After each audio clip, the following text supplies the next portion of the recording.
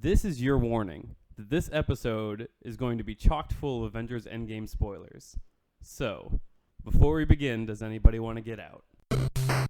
Open your mouth, prepare your tongue, because you're about to get a taste. I cannot believe we've gone 12 episodes without me being able to talk about Final Fantasy. Well, I know the doll is bad, so I gotta think the dusty balloon is less bad. I mean, if all life everywhere ends, what have I lost? Facial hair as a theme is not something I ever would have chosen. So yeah, that's the one that Rock is just sweaty the whole time.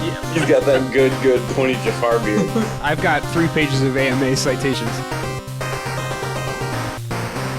This is the Debate This podcast.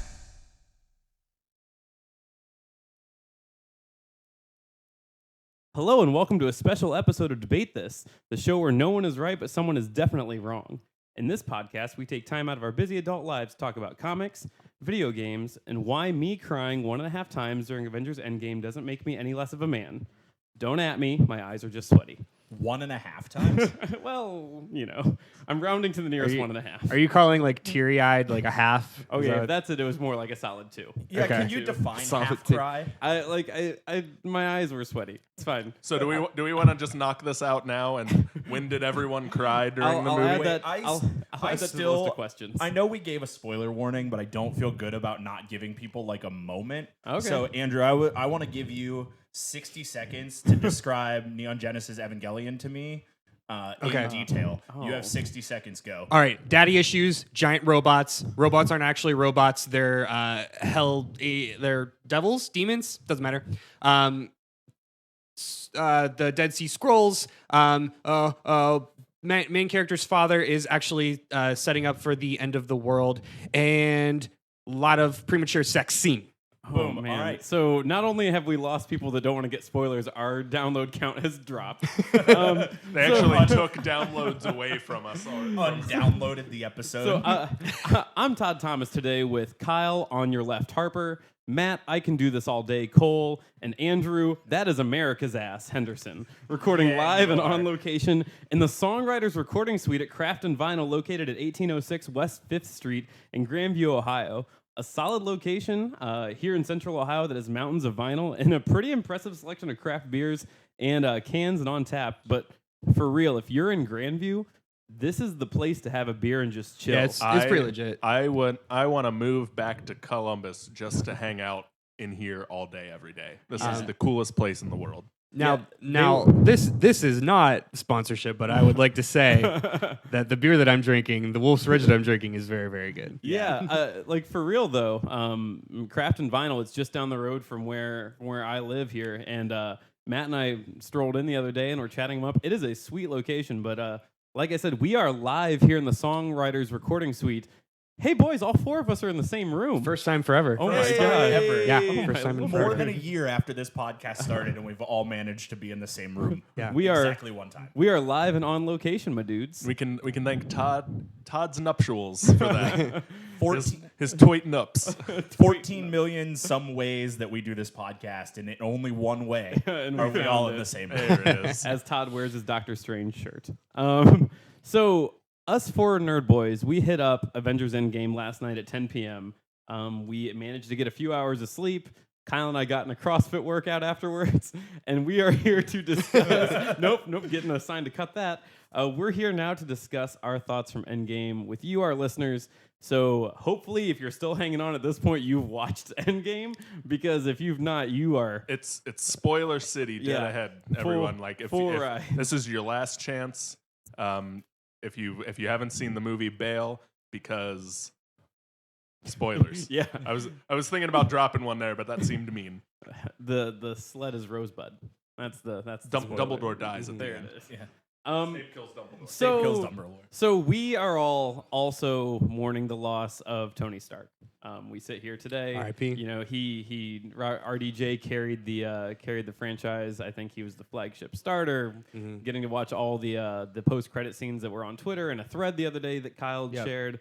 You know, it was pretty neat to see that. But you know, now that we're kind of reeling from everything, I would like to open the floor to what are some of your initial thoughts right now. We are about 15 hours after watching the movie. How do you feel?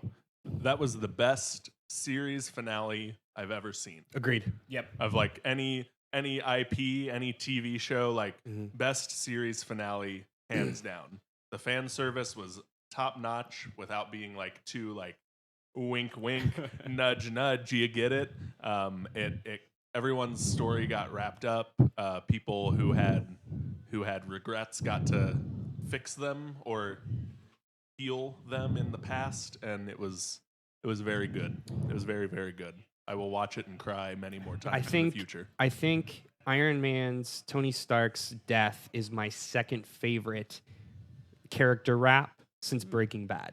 Ooh. I think that was exactly the rap on that character that I wanted, down to the last line, which was him saying, "I am Iron Man," which was so good. RDJ said his favorite 8 minutes in the whole time he did the MCU was those last 8 minutes he was on screen. That was a really fun nod, and I think that was Marvel saying, like, because again, Iron Man is not their flagship character. He never has been. Not before this. Before he is now. And He's I the think, flagship of the MCU. yeah, exactly, and that's what I'm not saying. That's what I'm Marvel. saying is like, because Captain America has panache because he's been a flagship character in the comics, but it was really cool for the MCU to give him the nod. I mean, like, our entire thing was based on the back of RDJ and this Iron movie that they didn't know what was going to happen. This was their like Iron Man 1 was a Hail Mary. Like Marvel was in bankruptcy. All their IPs have been sold across 3 studios, and Iron Man with newly reformed, like, burnt out actor Robert Downey Jr. was a Hail Mary play, and they scored the touchdown. Yeah. Like, RDJ who found sobriety in a drive-through. Like, Yeah, exactly. Well, and I think we were talking about this a little before we started recording, that we gave the Russo brothers an impossible task to wrap up 12 years and 22 movies in 3 hours. And I think they knocked it out of the park. Whether you love or hate the storyline, because I think that everybody is going to have some qualms here or there about, I wanted more of that, or I wanted less of that. I wanted it to go this way. I wanted Captain America to die and not Iron Man. Pour one out. But yeah, I mean, there was the best wrap up that we could have gotten to 12 years of movies, 11 years of movies, and yeah, I mean, it's incredible. Perfect send off for Robert Downey Jr. Perfect send off for Chris Evans. Like, so great raps for both that said, stories. though, I think there's a really important distinction to make between, was this a good movie or was this a good finale? And I think it is definitely a good finale, but I'm going to be a little bit of a bummer here and say, I didn't love it. I didn't think it was that great a movie. Okay, so here's the thing that Kyle and I talked about last night, that I think that I gave the same critique to this movie that I gave to the start of Captain Marvel. The first 15 to 20 minutes were a little clunky. And I think that we are kind of at the point that if you want to fully enjoy a superhero movie without getting 20 minutes of full exposition, like, unless you want Thor 1 again, where the first half of the movie is, here's Thor's world. We're going to tell you everything about Thor. Get ready to be drugged through this lore, because that's what you're getting.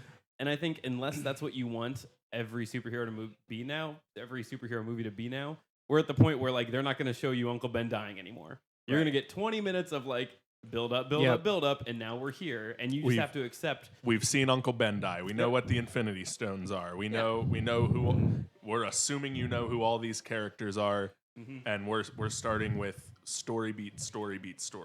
Like, I think my general issue with it, when I walked out of that theater, I said, I don't understand what this movie was trying to be, other than a finale. I think this movie. So that I think you hit it. This movie was a bookend. So I think they've either officially or unofficially been referring to this series of movies, the first 3 phases, as the Infinity Saga. Yes, because it has been the Infinity Saga. Yeah, and so, you know, we're going to talk a little bit later about maybe what comes next, but I think this was their bookend of, like, all right, truly, to go back to the Captain America quote, like, does anybody want out? Like, who's done? Whose contracts are up? You 6 flagship characters been carrying this franchise for the better part of a decade. We're going to give you all endings that want and need endings, and then kind of keep some of you along on the fringe.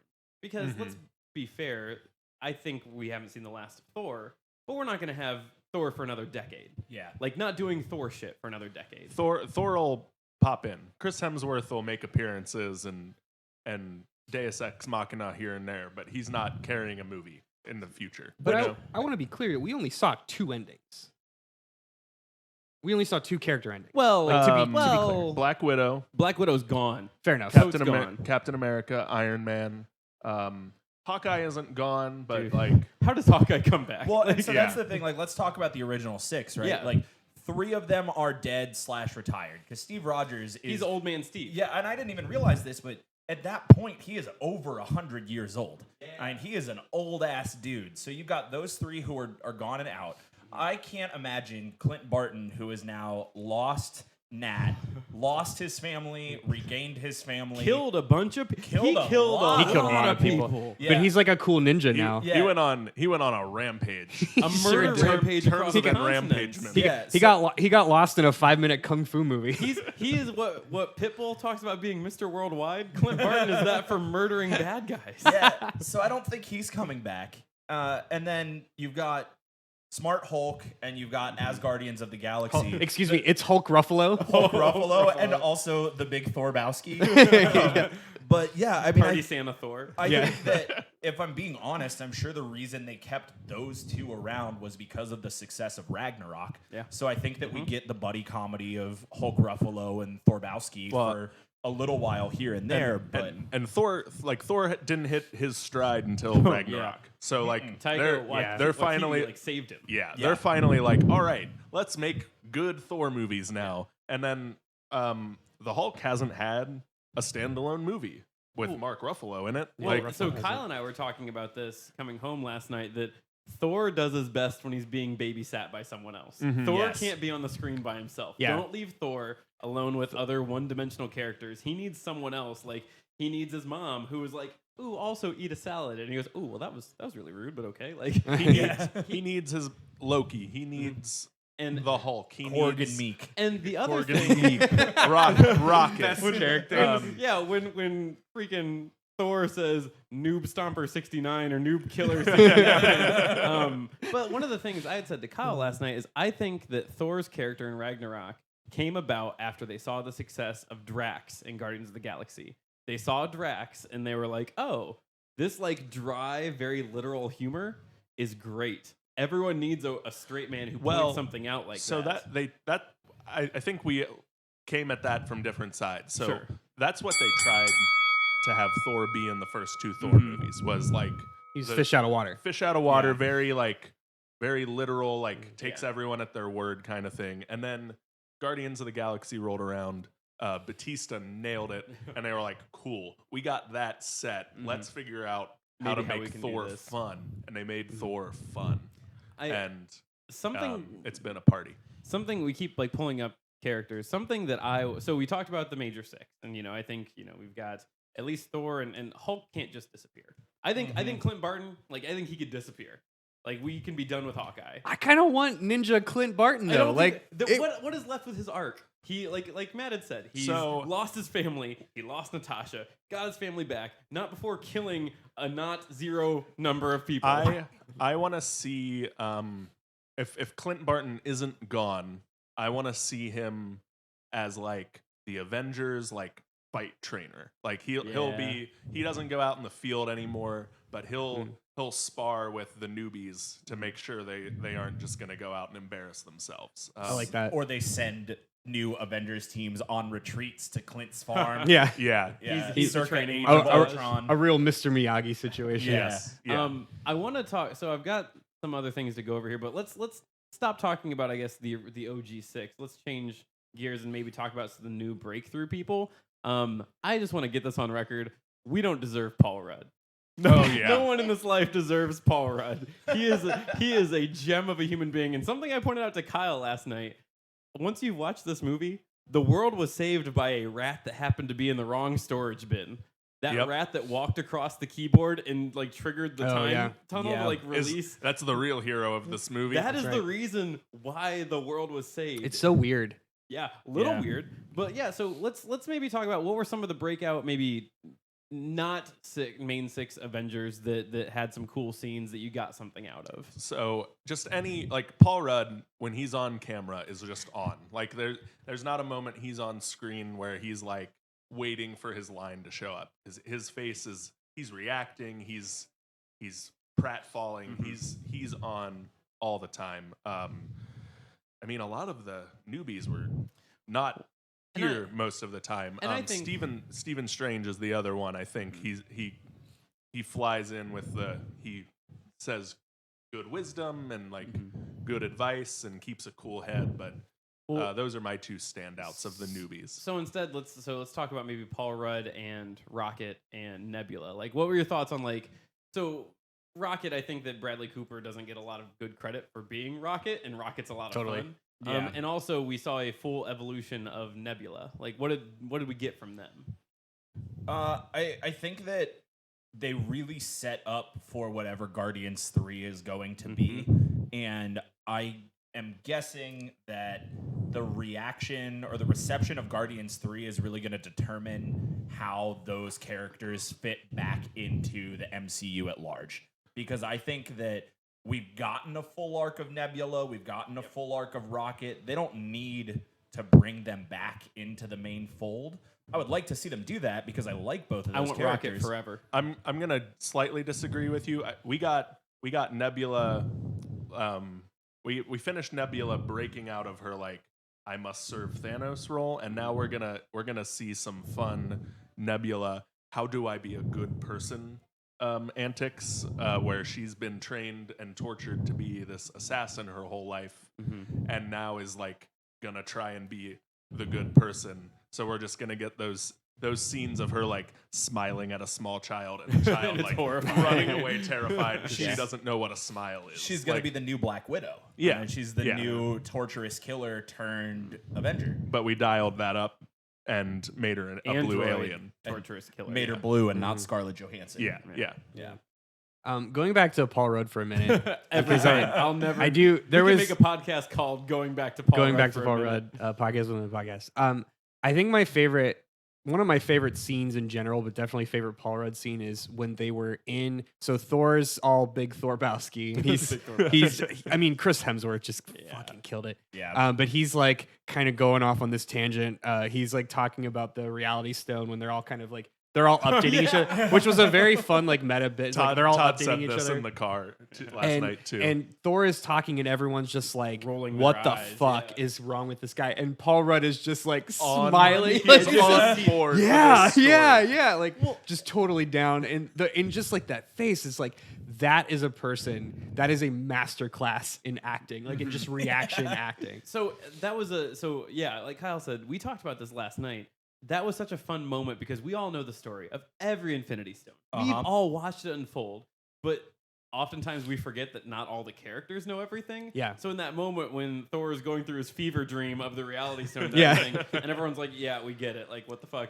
Paul Rudd's like, I don't know what this is. Yeah, he's never heard it, and he says like, "I don't know what the Infinity Stones are," and no one cares. Yeah. And it was like, I explained it to Kyle. It's not them breaking the fourth wall, but it's like them tapping on the glass real quick. Yeah. And they're like, you know it all. But just remember, not everyone knows everything here, and it's fun. And- I did love the running joke too that like that Scott Lang, this very intelligent, very accomplished electrical engineer who like has broken into top security systems is the dummy of the group. Like everyone's like, watch out, this guy's an idiot. Like Yeah. you got that dummy and he doesn't even fight him back on it because he knows he's outclassed by a raccoon and Dr. Banner and Tony Stark like all at once. But here, I guess, again, just to be the wet blanket, here is my core problem with it. As much as I enjoyed all that, and like I thought that was really done really well, and they clearly had a lot of fun with that.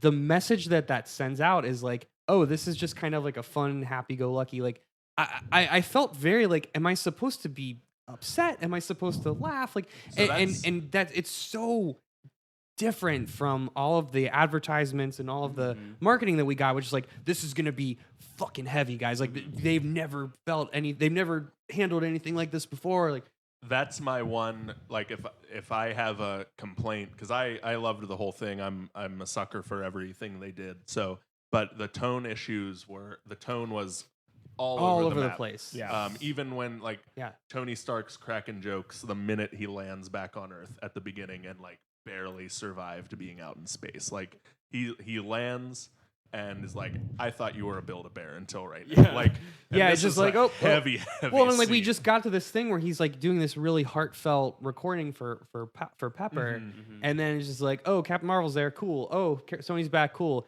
Anybody? And I know like they had to like push it, move it along, and that's why like I think I rarely say something like this, but like I think they could have.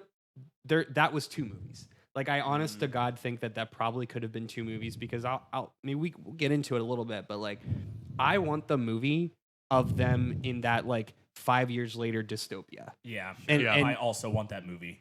Right? And Yeah. and I think there are very few franchises and series that could do that and actually pay that off.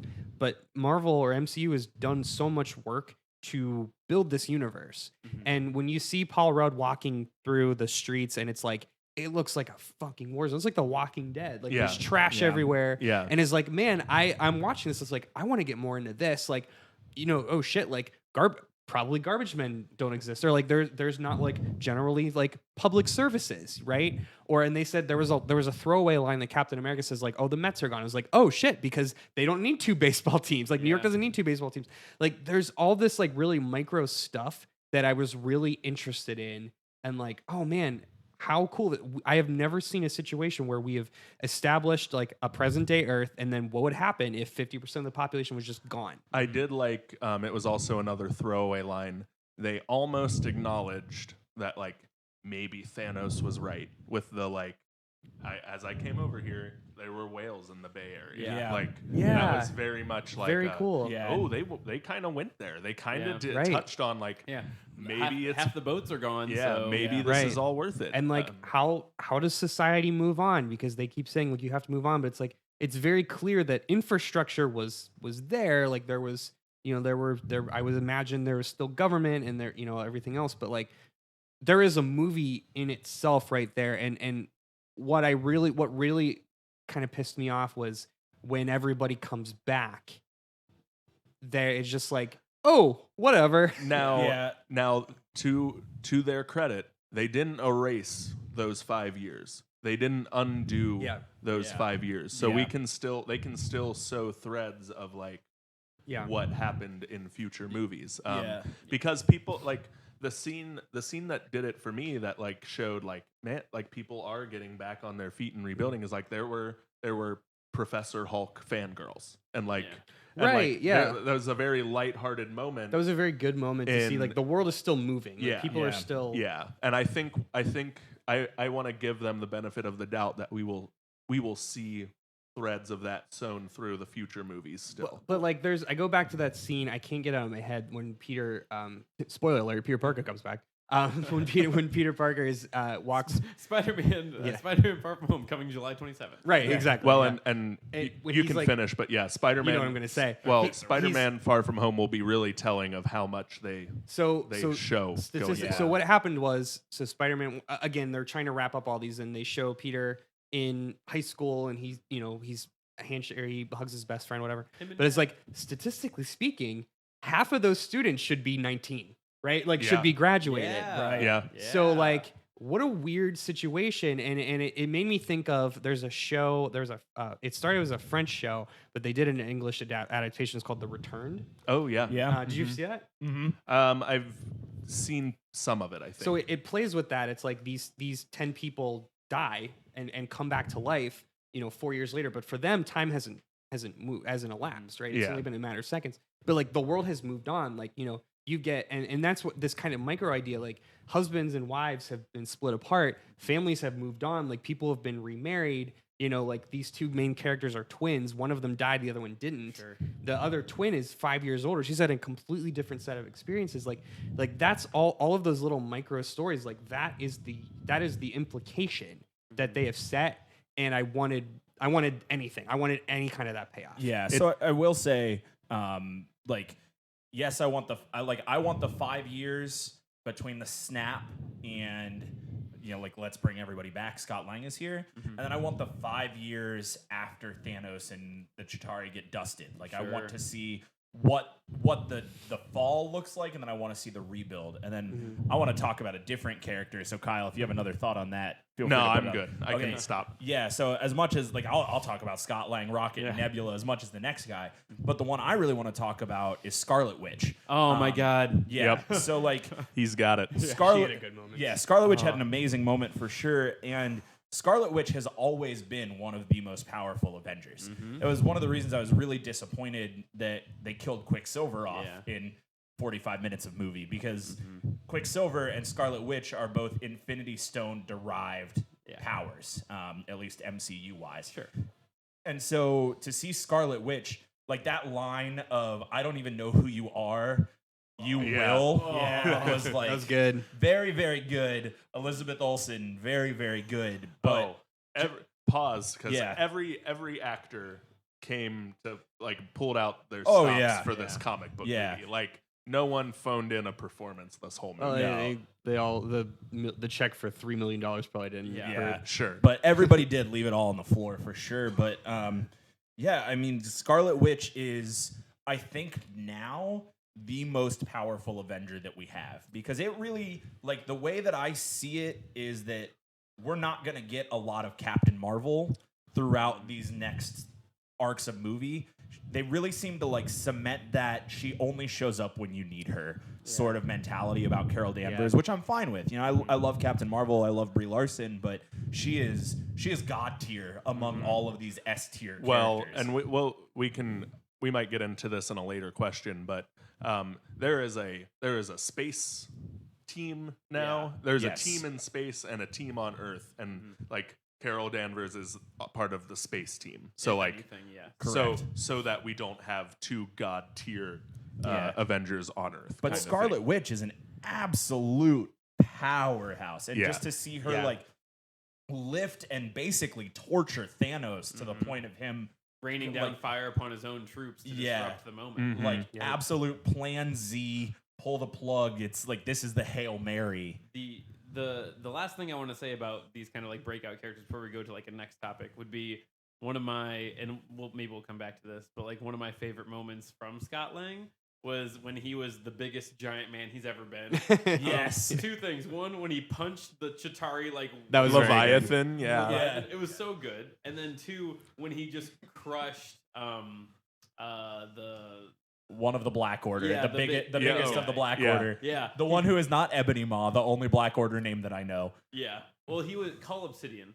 Yes, that's it. Because it was Black Dwarf or something, and they're like, we don't like that. So Call Obsidian. for a lot of reasons. Yeah. So okay. So let's change gears a little bit. So going into this movie, there were they were fairly accurate that all the clips that came out for the previews were within largely the first 20 minutes, except for the couple cuts of like Captain America strapping his shield back on, maybe that final battle. Yeah, the Ant-Man flipping off the pencil was very late. It was either the first 20 or the last 5. Yes.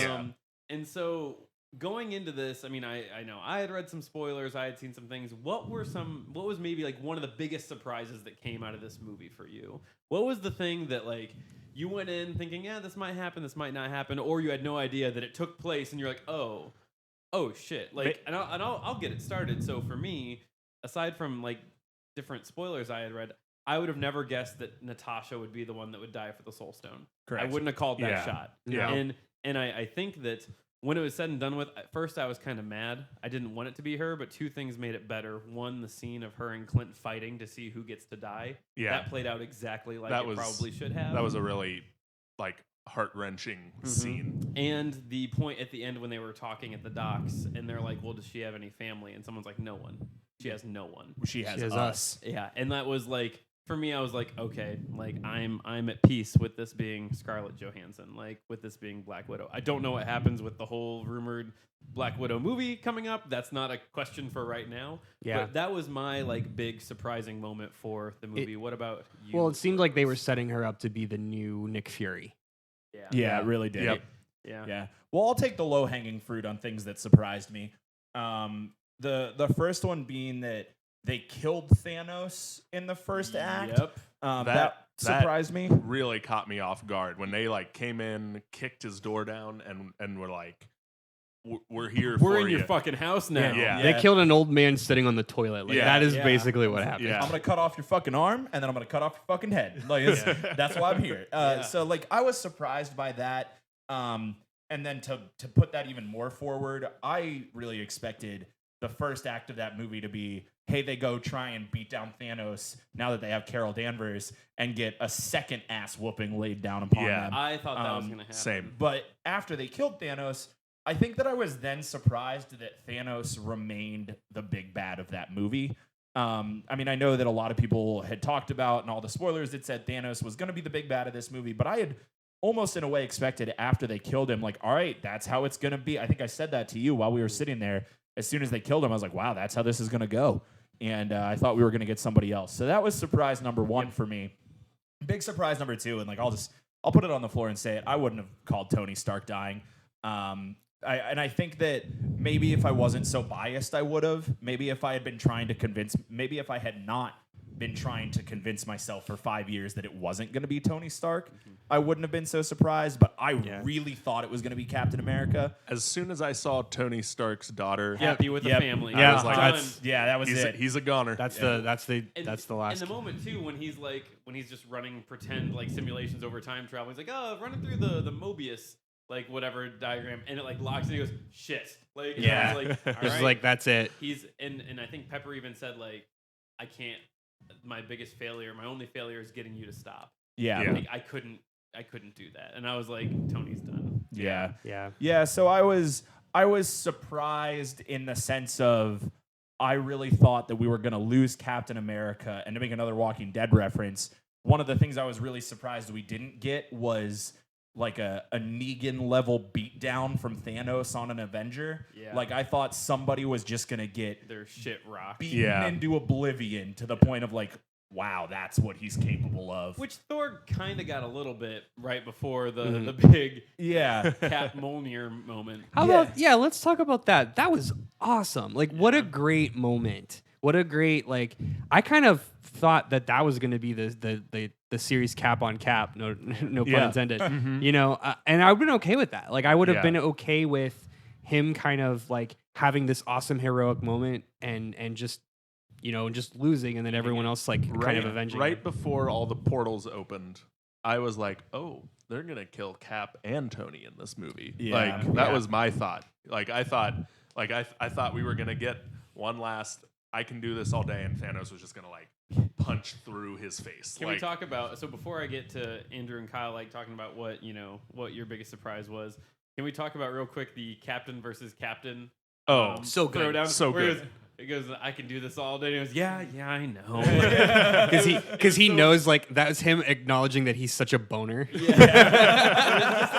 It was layers of meta because it was paying homage to in Thor: The Dark World where Loki changes his appearance to look like Cap for a split second to be I could be the hammer, the righteous beacon of hope. Oh man! And then they showed him doing it again in this one. But when that moment came down, I didn't know I wanted to watch Chris Evans beat up Chris Evans, but I did. Yeah, And it was cool. It was very good. Chris Evans or Captain America in 2012. That whole 2012 arc was incredible. Yeah. From the It really was. the elevator Hail Hydra. Oh, good fan service Oh, too. Yeah, Oh, the definitely. Hail Hydra in the elevator was And- so good. And the fact that he right up until that is America's ass was was and the best. and if you realize too, he got him to stop strangling him by saying Bucky's alive. Yep. Right. And then he used the Mind Stone to wipe his mind so that version of him wouldn't know that Bucky was still alive. Yep. To keep Crazy. the time loop contained, which we'll come to later. Andrew, what God, I do surprised not you want out to of talk this about movie? time travel. Two things. One, gonna talk about 5 time years travel. later, that definitely surprised me. When and they knew those motherfuckers that made this movie knew that it would.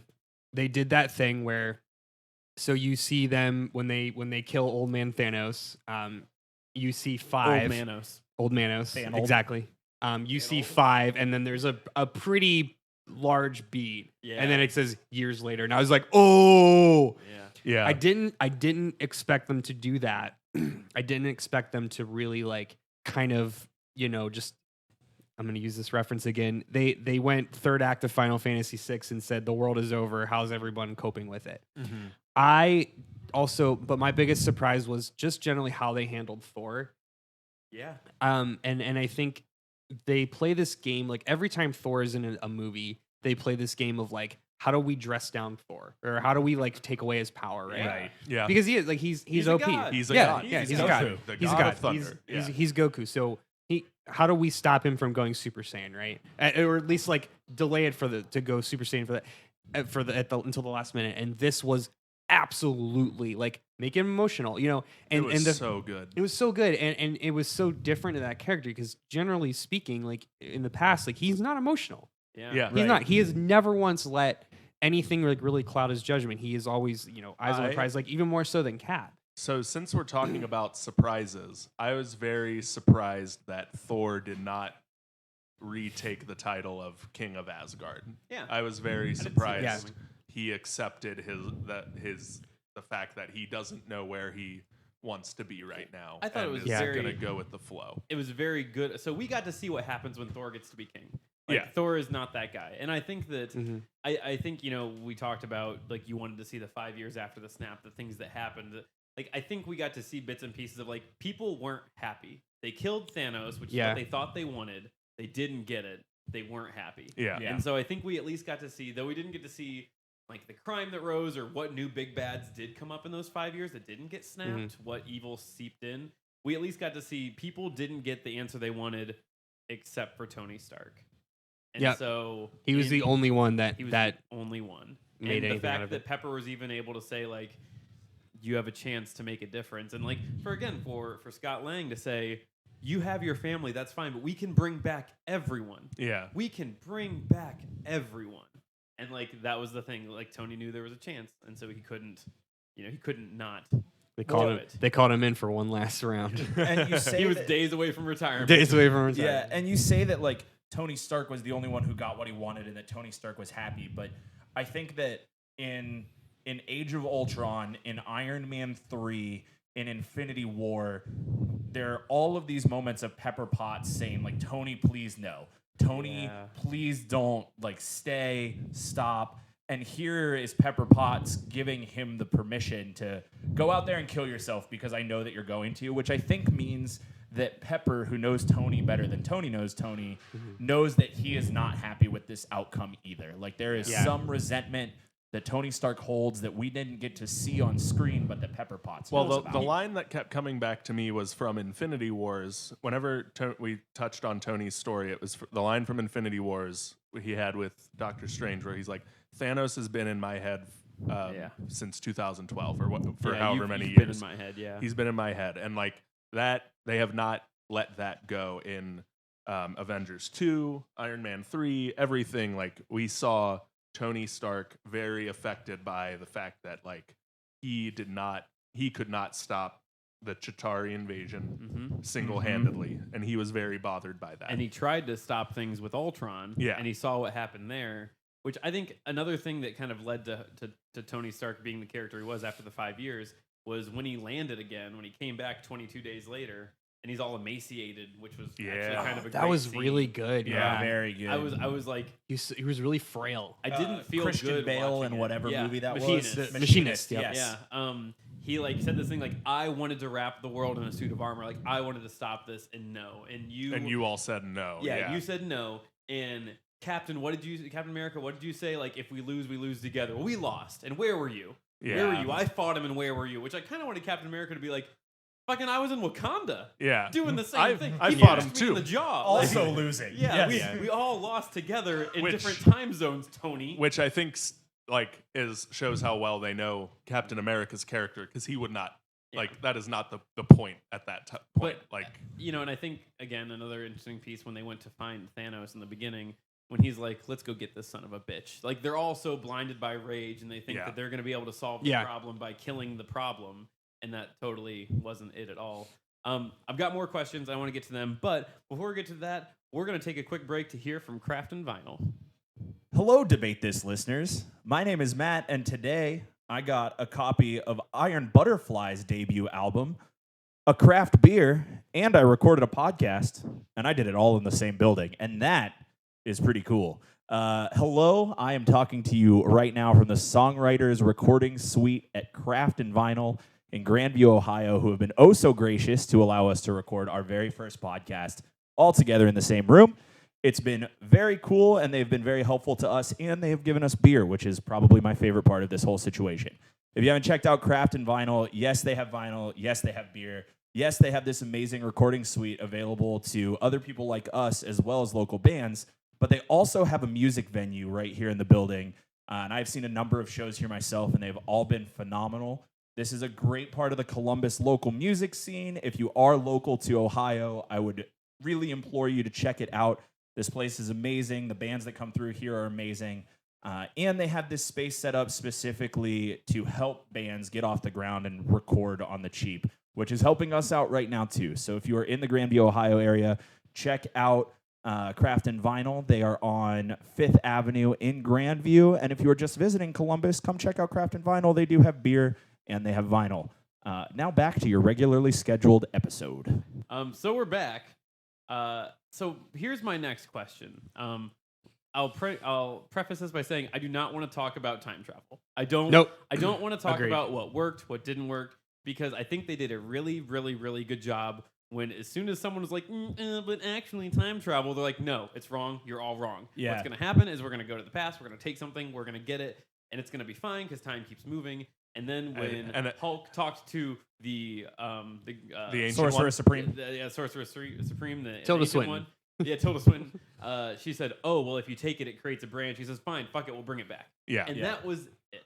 I don't want to get caught in the weeds about time travel because I think too many movies do, like Looper, like whatever else. Yeah. And then you have to pick all that apart. And I guess, real quick, in a one sentence from each of you, do you think time travel is just something they're going to hand wave, or do you think it's going to be a hand wave with strings attached later, or do you think this is going to have serious issues going forward? I think the only two things that have changed because of time travel are that Captain America is an old man now. Old man Cap. And evil Loki is on the loose. Reformed Loki died in Infinity Wars, but we have Loki in the form of just got his ass beat by the Avengers in 2012 and escaped, which is going to lead to shenanigans. I think that to make this movie work, they had to use time travel somehow. Yep. And I think that they did it as well and as tastefully as they could, and also said, listen, we know it's time travel. Please don't. Just don't. It's okay. Please just don't. Please. Time travel is like it's works similar to the Infinity Stone. It works how the movie needs it to. Exactly. It's a plot device. It is not a science that you need to study and catch that they broke. Yeah. So yes, they said, here's time travel. Please don't. I am choosing to don't. And I do agree with Kyle that I think Old Man Cap and escaped evil Loki are all that we see of this weird time shenanigans. And honestly, I hope we don't see more, because I'm really happy with them saying, look, it happened. We know it's weird. Just don't. And I'm happy to don't. All right, Andrew, do you want to be our wet blanket? I think no.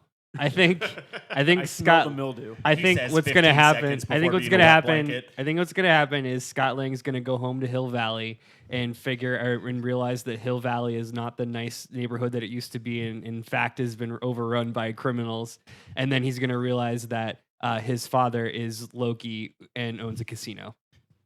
Because a butterfly flapped its wings somewhere. Because Ashton Kutcher wrote in his diary and can jump back to that point in time as well. And then Scott Lang's gonna have to steal the sports almanac. There it is. Good. I thoroughly enjoyed. I agree with the first two of you and disregard most of the things Andrew said. As you do. As we normally do. Not all, just most. I really did. I mean, we knew there was going to be something with either time travel or alternate realities, and I think alternate realities is super wonky. Though that is plots of other big Avengers arcs. I think that time travel they did as well as they could, like Matt and Kyle said, and said, "Hey, this is it. Like, get in the car, get out. Like, this is exactly this is the hand we are dealing you, and if you Buckle don't want up, to play, you nerds." can leave." Yeah. I agree with the Old Man Cap and Loki on the loose being the big two things that stick out. I still live in the I will say this. they just fucked with time travel. Yep. And I do think that will play some sort of role going forward that a big bad has noticed. Like, there's no way that they just did all this without something taking notice. Well, And didn't at one point Tony says we mess with time travel or time tends to mess back? Like, that do was you when- think that was foreshadowing for the future? well, that was when Thanos showed up from Sure. 2014 and like started bombing shit. And Captain America goes, "What happened?" He goes, "Yeah, you mess with time travel. Time travel messes with you." I wouldn't be surprised if down the line they pull it back in as more plot device. It just like it comes back in the way of like colliding timelines later on, but like I don't see us having to I don't see them using it as a way to retcon anything or make any changes that they wanted to. It's just going to be, if anything, it's just going to be a plot device later. Like, oh, remember that time we time traveled like 6 times in a day? It's all converging now and we have to stop it. And that's the next arc, is like Secret Wars arc. Yeah, and I think that could be the thing that they go into in the future. I guess my question was, and we kind of answered it, what unresolved conflicts do we have as a result of this movie? And I think like the biggest one is, I think, Loki, which leads me to go to what Andrew said earlier of this was a good finale. Like, more than this is the very first Avengers or Marvel movie that I've left and I've not had a pretty good idea of where the Rock skips next. Right. This is the first time that I'm like, I'm not really. I mean, we know Spider-Man is the last movie in. Are we in Phase 4 or 3? We're in Phase 3. No, this is Phase 4. This is Phase 4. So it is Spider-Man is the last movie in Phase 4.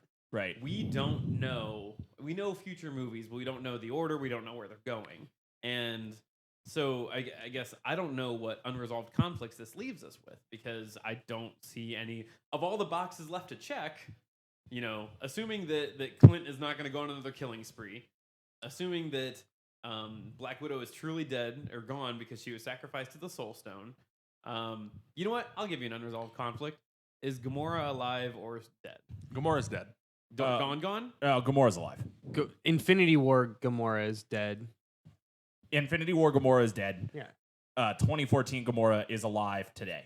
Oh, but we think that maybe she can't get back to 2014 because she's here now. Right. Wait, no, she was in battle. She's just there. Yeah. Yes. So we think that's the new. Yeah, that's just they just replace. I mean, they just yeah. replaced Gamora with Gamora. Yeah, I so didn't think about that. Gamora is Infinity War Gamora is dead. 2014 Gamora came to, I guess, what would technically be 2024. Yeah, I think that's where they're Yeah, at. so 2020 something, and she is the one who disappeared. That there, when we saw As Guardians of the Galaxy, Quill was looking at the screen trying to find Gamora. I will fully admit the first time that I teared up was the scene where Peter saw Gamora on the battlefield. Yeah, And I was like, holy shit.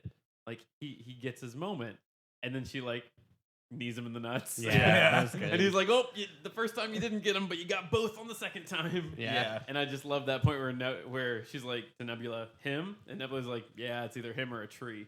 yeah, very good That was moment. good. Yeah, but he's looking for his Gamora. Yes, so he wants Infinity War Gamora, but she dead. She's super dead. So I think the Guardians of the Galaxy 3 goes something along the line of, as Guardians of the Galaxy go to search for 2014 Gamora in 2024 and find her and try and instill the memories of the 6 years that she wasn't alive, plus the 5 years post-snap into her, and something, she's back on the team. I'll be real. I don't want to watch Gamora and Peter Quill fall in love again. No, I don't know. I also think I'm that good. Guardians 3 is going to be where we get Adam Warlock or Nova.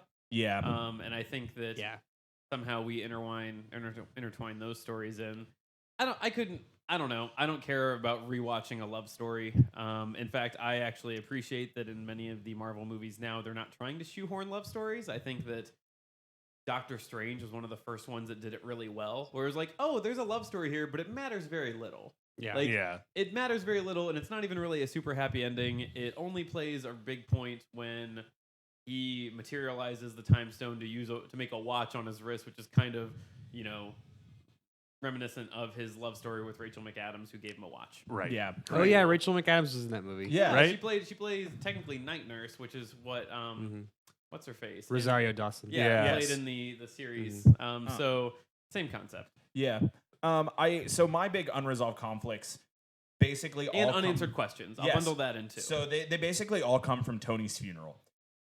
So I think Tony's funeral there, when we have the slow pan to every group, that is Marvel doing a roll call. Yep. That's like, all right, here's who's left, here's what Yeah. we've got. And I think the farther back into that line you get, the more we see how we're going to move forward. Okay. I think the people at the front of that stack, the first couple pans, are people we're going to see less, and the people in the back are the people we're going to see more. But by that argument, then Nick Fury, we're gonna see the most. And so that's my thing. I and think Harley from Interesting. Iron Man 3. exactly. So I think the Yeah, I biggest did not know who that was. I put it out to Kyle. Yeah. I was like, I thought it was a weird shot of Tom Holland. I had to Google it last night, and luckily it was the top thing on Google was For who's those- the who's that scrawny teenage For kid those at of you Tony's listening funeral. who may not know what we're talking about, Harley was the kid from Iron Man 3 that Tony played pretend in his garage and made shit, and he's most famous for my mom is working and my dad went to the store to get scratchers. I don't. He said he'd be gone. That was 2.5 years ago, or Yeah. whatever. Yeah. But anyway, my biggest unresolved At me on dad issues. my unresolved conflict / my unanswered question, and I think where we go with the next phase of the Marvel movie is, what does S.H.I.E.L.D. become? Which is why I think we have Nick Fury, and then we have Maria Hill, Yeah. we have General Ross, Oh, man. and then we have Harley, who there was no reason to put him in there other than that, hey, here's that kid. So it's either an Easter egg or he's important, and I don't know which side it's on, but I think having General Ross, Maria Hill, Carol Danvers, and then Nick Fury is the last 4, and then again, Happy with Morgan, the question becomes less of what do the Avengers do now and more of what does S.H.I.E.L.D. do now? Because it's clear now that we need some sort of protection force against the greater powers, but that whole protection force is gone and splintered or dead or retired or old. And so now the question that I have is, where does S.H.I.E.L.D. go next? How does Nick Fury sort of rally a team, whether it's Nick Fury, whether it's somebody else taking up that mantle? Because I think we're going to see Professor Hulk as a S.H.I.E.L.D. office agent now and not a field agent, but He's basically Beast. Yes. I liked the scene of Professor Hulk trying to be the Hulk. Yeah. Yes. And That was very showing good. how much he's not that anymore. He's strong and can do heavy lifting, but he's not the guided missile you point at something and let it happen anymore. Yeah. Right. He went over and kind of punched the car. He tipped over a motorcycle. Yeah, Yeah. that was excellent. Mark Ruffalo just being a punk is just generally very good. I'm glad you said Thunderbolt, or I guess General Ross, Thunderbolt Ross, because we're gonna come back to him. So before, I've got one really more good question, but do you guys have other unresolved things that are lingering out there? Just kind of the nature of what they're gonna do with Sam and Bucky. Yeah. You mean, Captain Falcon? Captain Falcon. Captain Falcon. Yeah. They've got the show that's coming up. I don't know if but I would really like to see Bucky more as the different factions now of the where the teams split. They just they call Bucky up when they need a good guy with a gun. He's our Black Ops guy. Yeah. They call him up when they need him, and other than that, he's not running any missions on his own. He doesn't have any scores. I to settle. was really pushing hard for Bucky as the new Cap. So Same. think of it this way. I was torn between the two, and I had settled on it being Falcon and not Bucky. And I'll tell you why. Because I don't know what else you do with Sam's character. Yeah, that's a good Except point. he Sure. continues to play support in the background. And Right. at least this gives him another purpose. It gives him a thing. Plus, I love the thought that they've made Sebastian Stan's character of Winter Soldier into the White Wolf, which in comic lore is Black Panther's half brother, Yeah. who is truly a soldier of fortune who is running Black Ops around the world. Like he Yeah, okay. is that guy that you I were can get just into that. describing. And so Yeah. so that kind of goes into my last like big question that I want to talk about is, you know, two-part question. And we can take this however we want. What comes next? Like, what do we see next? What is the arc? What are the stories? Where do we go? And then knowing that our next big Avengers movie is at least 4 years away, what do we want to guess that team looks like? So I think you two guys are probably going to speak more to like the Avengers team. I want to actually talk about Spider-Man for a bit. Yeah. Because I've been thinking about this. I'm like, okay, so I know I asked this question last time. Mhm. What is the possibility that Far From Home takes place before Endgame? Or Like, it takes place happens in before the Soul Infinity Stone? War? Before Infinity War? Yeah. What is the chance that is the case? And here's the only reason I'm saying this, and this is incredibly flimsy, but so he gets the Stark outfit, Yeah. he gets the Stark uniform on the ship. on the donut ship. He doesn't have that in Far From Home. And you could argue in Far From Home like, oh, he's just not wearing it, but he has it in whatchamacallit, in what we just saw last night in Endgame. Thank you. That's movie last the movie we're talking about. movie. So I guess I'm just like timeline wise, like I would imagine that he would be like he loves that. He clearly loves that suit. Like he would be using it. He would have it. He wouldn't need to like, because there's that scenes like when fuck, I can't think of any names. Aunt May is like, did you pack your suit? Like, Yeah. he doesn't have that, right? He doesn't have to pack a suit. It's flimsy, but I like the idea of Far From Home being pre-Infinity War, so that we start the next series of movies with like a super clean break. So I'll my thoughts on that, and then kind of I'll go into what I think is going to happen next. They have that scene where he's like in the trailer for Far From Home where he looks at his suit and like it implies he decides not to bring it. I'm gonna say like he doesn't bring his Iron Man suit, but maybe he packs his like easily rolled up one or whatever, and the one that fits in a tube sock. and that he can military roll. and that's why we don't see the Iron Man suit in Far From Home. I will also.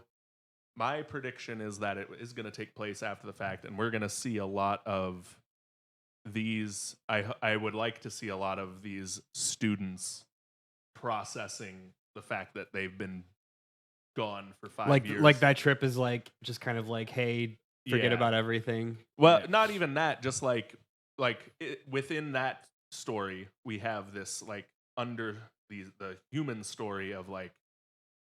We've been gone for 5 years. This is what's different for like, and it'll just be a coincidence that like all the students on this trip that were Peter's friends before the snap also got snapped with him. So they're all back and they're all like, we're out of time.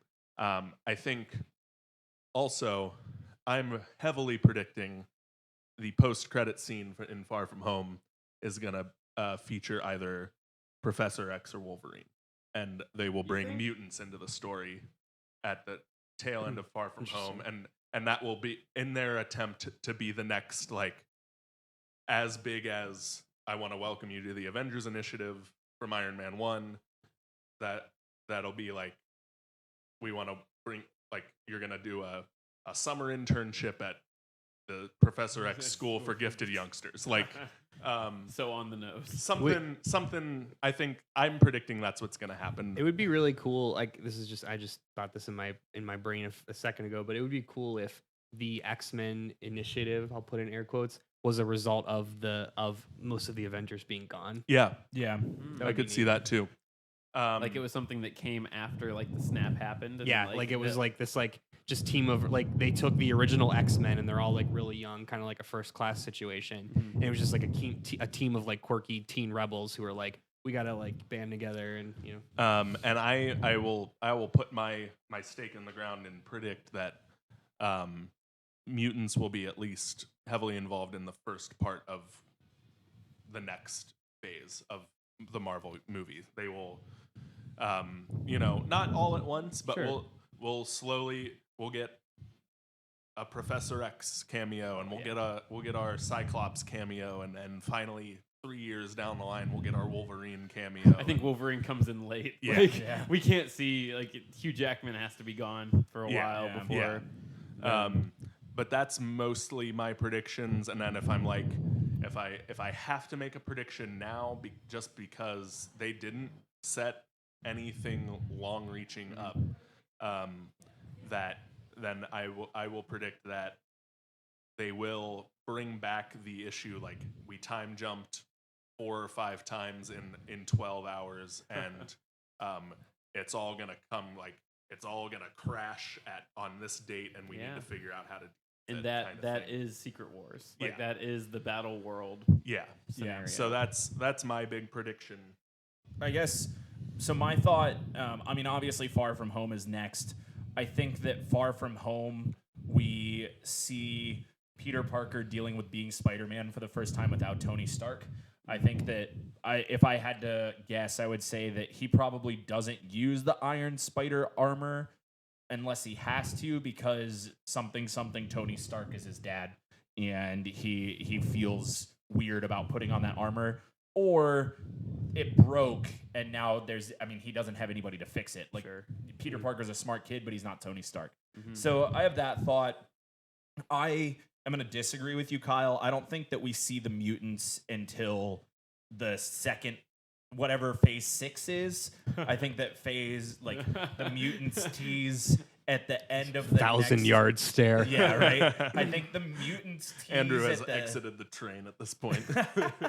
The end of the next whatever Avengers movie is, whatever the big team up movie is. I think that's when we see the mutants. And obviously it's Mysterio, right? I'm saying, So we get Mysterio in Homecoming. So that's going to set up something. I think one of my favorite parts about Endgame was it's the first Marvel movie I've ever walked out of, and I didn't think, I wonder what happens next. Yep. You know, I didn't feel like I needed to hypothesize and theorize about what is next. I feel like what I have is all I need. And so they didn't set anything up. They just left some loose threads that they can follow if they want, but like they don't have to follow up on anything they left hanging except Loki. So that feels good to me. The two things that and again, they're from Tony's funeral scene, but there were 2 people that were left out of this whole movie that maybe could mean absolutely nothing. And if they do, I don't know that I really care that they never came back, but they're the 2 major omissions that I was like, man, they were important for a movie. And the first one is from Winter Soldier. It is Peggy Carter's granddaughter. Yeah. Blonde neighbor girl. I think that they didn't want Steve to have to say, I love you, Peggy. Also, I made out with your granddaughter. Boned down your granddaughter. Exactly. In a different Yeah, because she timeline. was a big deal in Civil War. Right. Yeah. So she was a huge deal, and then she wasn't anymore. And so she is my I doubt she comes back, but I wouldn't be sad if she did. Yeah. And then the other one that is completely left out is Ghost from Ant-Man and the Wasp. Yeah. And I think that she comes back somehow. I don't know how, and I don't even really want to put down a guess as to how or why, because honestly, I don't know that I care, but I think that she was her and Lawrence Fishburne were the major leave-outs of Endgame, and I think that we see them again. So here's my thoughts. I would say I don't think they rush to put the mutants in. If they do anything, they pick one. They pick 1 or 2, and we get them within the next 2 years. And it better not be Dark Phoenix. It's gonna be fucking Christ. It's gonna be a slow trickle for sure for the mutants. Because they've learned that if anything, Marvel has learned when they are slow and they are precise, they yield great results. And if they ever thought about going fast, they've seen DC trip on their own dicks. They've seen that fall apart. And so I think they're going to be slow and intentional. I would not be sad to hear. So we're going to get whatever the reveal is of the next 2 years at Comic-Con, later this summer. And I think if I would cry with happiness if they announced a Fantastic Four movie within the next 2.5 years. I think that would be, if they were going to ram a product into this next phase, without much buildup, I think they could do the first family. Well, it makes sense, too, to replace Reed Richards with Tony Stark. Yeah. Makes total sense. And I think that they could find a charismatic, moderate B-level actor, John Krasinski, to play Reed Richards. John Hamm. Yeah. Oh, man. So I think good. I think that that's what I see there. If they rush into anything, it's going to be Fantastic Four, not the mutants, but whatever. I don't know what the next big arc is.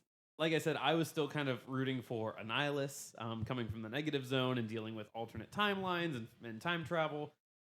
I think that has to be a big linchpin at some point. I would also wonder two other things. So I'd already said Black Panther and the White Wolf being Bucky. I think that's a cool storyline. So I hope that whatever Black Panther deals with in his second movie, that's where they just land Bucky. Yeah. I want him to be there. Like, he is a fantastic dry support. Like, I think that's good. I also, so talking about Ghost, and I think she lands in this category, and I guess to everything you've said, Matt, they showed General Ross. Mm-hmm. So General Ross is famously the Red Hulk in comic books. You know, it's a bold, big reveal. Yeah, not Abomination, who we saw in The Incredible Hulk, which I think is a common misconception. And Abomination is still in this canon. Like, Yes. he's in the raft. Exists. He's I think he's in the raft. Anyway. The raft of the Triskelion, yeah. So General Ross, which if they were to do Red Hulk, it'd be much like they do with Mark Ruffalo, where it's mocap. It's not really him doing it. Right. I think they could legitimately pull off a Thunderbolts movie, which is effectively MCU's version of the Suicide Squad. Yeah, dilute it down and pour it into my veins. I Yeah. want it. and this would give them the opportunity to do General Ross, who's everyone has pretty much enjoyed. Yeah. Yeah, William Hurt's great. And he would be a great foil to what his character currently is. Like, he's this rules are rules to we have to get the job done at any cost. They could bring in General Ross. They could somehow, I don't know, it would be a good excuse to bring back Baron Zemo from Civil War. Baron Zemo, somehow. bring They back could bring in Ghost could land on that. And I would also, I don't know if he's been in it, but Ronan. Like, that would be a good thing for Hawkeye if they're doing we have to get this mission done at any cost. This is kind of like a gross, like, military option. Like, we know you went on that rampage during the Thanos years. You got any more rampage hiding back there? Hey, man, you killed a lot of people. Have you ever thought about doing that professionally? Well, and I think him being in Captain Marvel is kind of signaling to, like, hey, we're not done with Ronan. Like, why else would they have spent the money to get that actor to have that weird cameo that really didn't matter? I think even the Russos said, like, we really liked him and the character Ronan. Yeah. And that's why we're seeding him in. What are we talking about? So wait, here's an important distinction. Yeah, there are two Ronans. Oh, fuck. So Ronan the Accuser is the Kree I was saying who Ronan works for as Thanos. Yeah, Ronan you were is a like basically an alter ego. It is Hawkeye. someone that Hawkeye becomes in the canon or in the comic book. I canon. was saying Hawkeye murder rampage guy. Gotcha. Yeah. Ronan the Accuser super dead. Yeah, He dead. Dark Hawkeye is Dark Hawkeye. Dark Eye. He is officially that's the new James Bond movie, I think. Dark Eye. Yeah, no. Dark Hawkeye is effectively Ronan the way that Civil War and Infinity War Captain America became the Nomad. Yeah. It's not the Keyblade, it's the Keyblade. Yeah, So I'll throw one more thing out there. So if we're still talking about, like, mutant introductions and what that looks like, I would argue in this next, 3 phases, if it's going to happen, it'll be done in the way that Civil War was like Avengers 2.5. Right. I think that we're going to see these big Avengers movies happen every 3 to 4 years, where they are huge collisions in, like, everyone's story. And then before the final act of it, there is a reason for them all to get together again in, like, a mini setup. The way that Civil War was, like, we had Avengers 2. You saw kind of how that went. We had a cohesive team that Tony Stark kind of stepped away from. Civil War happened. Tony Stark and Captain America had their rivalry. It clashed at 2.5 in Civil War. Now we have to resolve it in 3. Yeah. And so I think that we'll see something like that. I want to throw out too, because Todd, you've thrown out bringing in the Fantastic Four, and we've hinted at Secret Wars.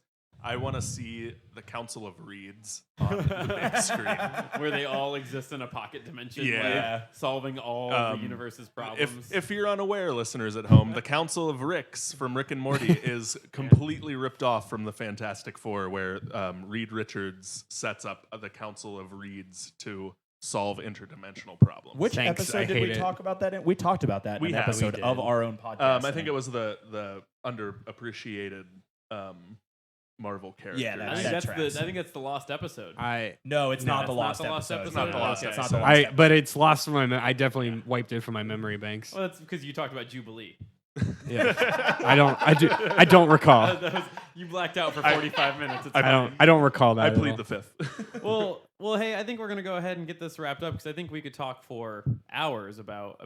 We've got a Avengers. whole What- weekend in a yeah. cabin. Yeah. What do you keep got, talking. Matt? I want one final thought, and it is this: that is America's ass. that is America's ass. No, I saw this thing on Facebook on Thursday, and it was the one thing I've seen on social media that really resonated with me, and it was how amazing is it that we were alive to witness this all happen in theaters, because 20 years from now, no one will remember how impossible the MCU was. And that's really cool and is still something that resonates with me, and I've got to give my hat off to Marvel for This like a company that created the idea of the comic book universe to re-script that into a movie universe that has never existed in this way before, and that's really cool. And I just fucking this was my entire 20s. Like Yeah. Iron Man came out when I was 18. I am 29 today. Like this was my entire 20s, and holy cow. And I had another point I wanted to make on that, but I forgot it. So move on. Fair. So with that, thanks for listening in to Debate This. Make sure you follow along with the argument on Twitter, Facebook, and Instagram at DebateThisCast, and check out our website at debatethiscast.com. If you like what you hear, please leave us a review so more people can hear our fantastic, nerdy show. Until next time, I'm Todd. That is America's ass, Thomas. I'm Kyle on your left, Harper. I'm Matt. Come drink beer at Craft and Vinyl, Cole. I'm Andrew. Which Ronin am I, Henderson? Saying thanks to our host Craft and Vinyl for letting us use their amazing songwriters recording suite, and for all of you debating with us. And if you think we're wrong, then you can come fight us behind the swing sets, nerds.